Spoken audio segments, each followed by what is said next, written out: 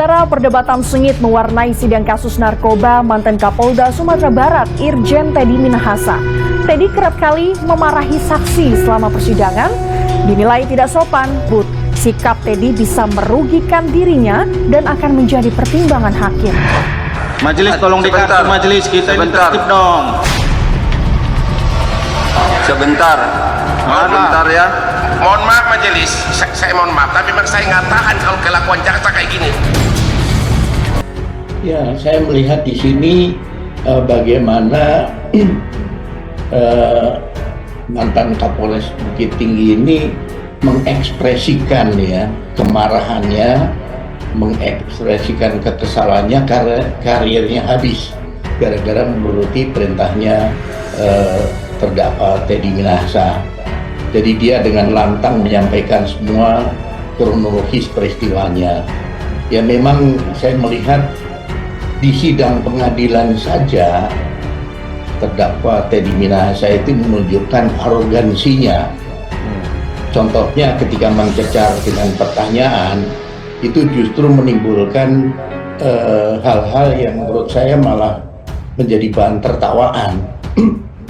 Seperti contoh, ancaman tidak mungkin dengan menodongkan pistol. Cukup dengan pengaruhnya saja, powernya saja orang sudah takut, seperti yang dikatakan oleh mantan Kapolres ini. Di samping itu juga ada pertanyaan yang lucu soal Perpol nomor 7 tahun 2002 pasal 6. Si Teddy mengatakan bahwa Anda tahu nggak pasal 6 mengatakan bahwa bawahan wajib menolak perintah atasan yang melanggar norma hukum. Kan ini pertanyaan yang lucu karena dirinya lah yang melanggar itu, begitu loh. Nah inilah yang sungguh memprihatinkan saya melihat persidangan ini karena tidak mencerminkan seorang tinggi Polri yang harusnya berperilaku, bertindak yang menjadi contoh teladan anak buahnya. Ya mudah-mudahan ini nanti segera tuntas dan segera divonis. Dan satu lagi yang catatan saya adalah bentuk tanggung jawab sikap kesatria ini tidak ada. Harusnya kan tinggal berkata jujur, ya saya merintah, saya tanggung jawab, sehingga nanti tidak mendorong tanggung jawab ini ke anak buahnya, kesalahannya ke anak buahnya. Baik, sebentar. Ya kalau nggak tahan keluar majelis. Ya silakan tertulis catat.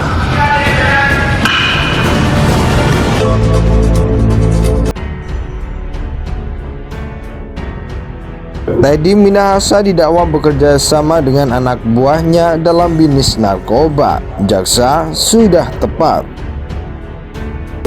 Sekali lagi saya ingatkan, membikin gaduh, saya tertulis siapa terlibat dalam persidangan tanpa tujuan. Tepat dan sesuai. Jadi ini kan seperti dakwaan kita kan 114 ya. Jadi itu menawarkan untuk dijual, menjual, jadi perantara dalam jual beli, menukar. 112-nya memiliki, menyimpan, menyediakan. Itu semua kan ada di dalam dakwaan ini. Jadi dari kasus posisi itu kan mulai dari ada permintaan untuk menukar narkotika itu yang merupakan barang bukti. Itu kan dilakukan oleh terdakwa Dodi, kemudian oleh si terdakwa TM kan kemudian itu menghubungi lagi kenalannya, dalam hal ini terdakwa yang tadi kita periksa, terdakwa Linda kan, kemudian dia hubungi Linda mengatakan Linda carikan penjual, carikan pembeli, carikan lawan, itu kan bahasa isyaratnya, dan kemudian itu dilakukan oleh Linda kan, kemudian barang bukti itu kan narkotika tadi kan dibawa dari Padang ke Jakarta dan diserahkan ke Linda. Linda kemudian cari pembeli, pembelinya dapat, itulah namanya terdakwa Kasranto. Saya tidak aware lagi tentang ini kepada saudara Dodi. Itu kan dia nuker-nuker duit dia sendiri kok lapor saya. Saya ini santun sama orang Pak. Karena di persidangan inilah saya kurang terima, saya kok didudukkan di. Apakah saksi sempat bertanya ke terdakwa Dodi? Uang dari hasil apa yang ditukarkan terdakwa Dodi yang jumlahnya 27.300 ini? Kan di situ tidak ada Pak, mengapa dipertanyakan? Apakah waktu itu di dalam WhatsApp saksi menanyakan pada terdakwa Dodi? Tidak ada urusan sama saya Pak. Waduh, terang menerang. Kemarin dua terdakwa yang jadi saksi kita, kemudian tambah lagi ahli, ya makin terang. Kemudian dari digital forensik kan teman-teman lihat sendiri kan tampilan-tampilannya bagaimana pembicaraannya antara para terdakwa ini. Jadi kalau menurut saya ya sudah. Apakah suatu percakapan yang menyangkut narkotika tetapi tidak ada objek narkotika yang dimaksud, baik wujud aslinya, fotonya, gambarnya, atau videonya, itu dapat dikategorikan sebagai tindak pidana narkotika? Saya tadi berikan contoh yang paling gampang tadi, bahwa Jenderal Noriega itu adalah seorang jenderal berbintang 4. Barang bukti tidak ada padanya. Tapi ini kalau ditangkap Drug Enforcement Amerika, ternyata Drug Enforcement sudah mempunyai data-data elektronik yang sangat cukup dan sangat panjang. Jadi belum tentu orang yang terkena narkotika itu harus ada barang bukti padanya, harus dites darah positif, itu nggak perlu. Jadi bandar besar clean, pasti tidak akan ada narkotika padanya. Baik, oke ya.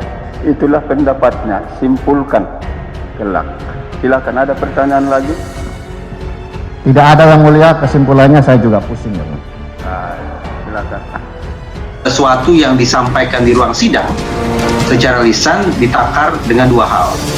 Pertama, keutuhan informasinya, dan yang kedua, keakuratan informasinya. Kalau informasi yang disampaikan di ruang sidang, baik berupa pengakuan kah itu atau keterangan saksi kah itu, memenuhi dua unsur itu, yaitu utuh alias lengkap dan akurat, maka bisa disimpulkan informasinya berkualitas, pantas untuk dipertimbangkan, diperhatikan lebih lanjut. Tapi sebaliknya, kalau informasi yang disampaikan oleh pihak-pihak di ruang sidang itu tidak utuh atau tidak lengkap dan juga tidak akurat, maka dianggap informasi tidak berkualitas sehingga layak untuk dikesampingkan. Ini ruang sidang, di mana masing-masing orang, masing-masing terdakwa akan berjuang agar bisa lolos dari jerat hukum, agar tidak terkena sanksi pidana, agar tidak divonis bersalah. Atas dasar itu, kita punya alasan untuk bersalah asumsi bahwa setiap orang yang hadir di ruang persidangan tidak terlalu kemungkinan sedang berdusta, sedang berbohong sebagai bagian dari strategi mereka untuk lolos dari jerat hukum itu.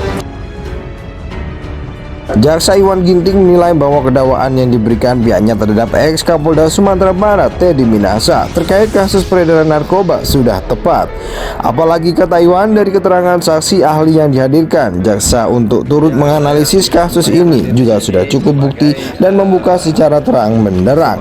Iwan menilai sebenarnya kasus peredaran narkoba yang melibatkan Teddy, Dodi Prawinegara, Linda Pujiastuti, dan Kasranto sudah selesai, hanya tinggal menunggu putusan. Hal itu disampaikan Iwan usai persidangan di Pengadilan Negeri Jakarta Barat pada Rabu 8 Maret 2023. Sebelumnya Teddy didakwa pasal 114 ayat 2 subsidiar, pasal 112 ayat 2 jungto, pasal 55 Undang-Undang Republik Indonesia nomor 35 tahun 2009 tentang narkotika. Teddy terjerat kasus peredaran narkoba dan dianggap sebagai pengendali bisnis haram tersebut, sebagaimana terungkap dari penyelidikan Polda Metro Jaya. Jaksa penuntut umum mengatakan Teddy Minahasa didakwa telah bekerja sama dengan anak buahnya dalam bisnis gelap peredaran narkoba. Menurut jaksa, dalam dakwaannya Teddy terbukti bekerja sama dengan AKBP Dodi Prawinegara, Samsul Ma'arif, dan Linda Pujiastuti untuk menawarkan, membeli, menjual, dan menjadikan perantara penyebaran narkotika. Jaksa Iwan Ginting menilai bahwa kedakwaan yang diberikan pihaknya terhadap ex Kapolda Sumatera Barat Teddy Minahasa terkait kasus peredaran narkoba sudah tepat. Apalagi kata Iwan, dari keterangan saksi ahli yang dihadirkan, jaksa untuk turut menganalisis kasus ini juga sudah cukup bukti dan membuka secara terang benderang. Iwan menilai sebenarnya kasus peredaran narkoba yang melibatkan Teddy, Dodi Prawinegara, Linda Pujiastuti, dan Kasranto sudah selesai, hanya tinggal menunggu putusan.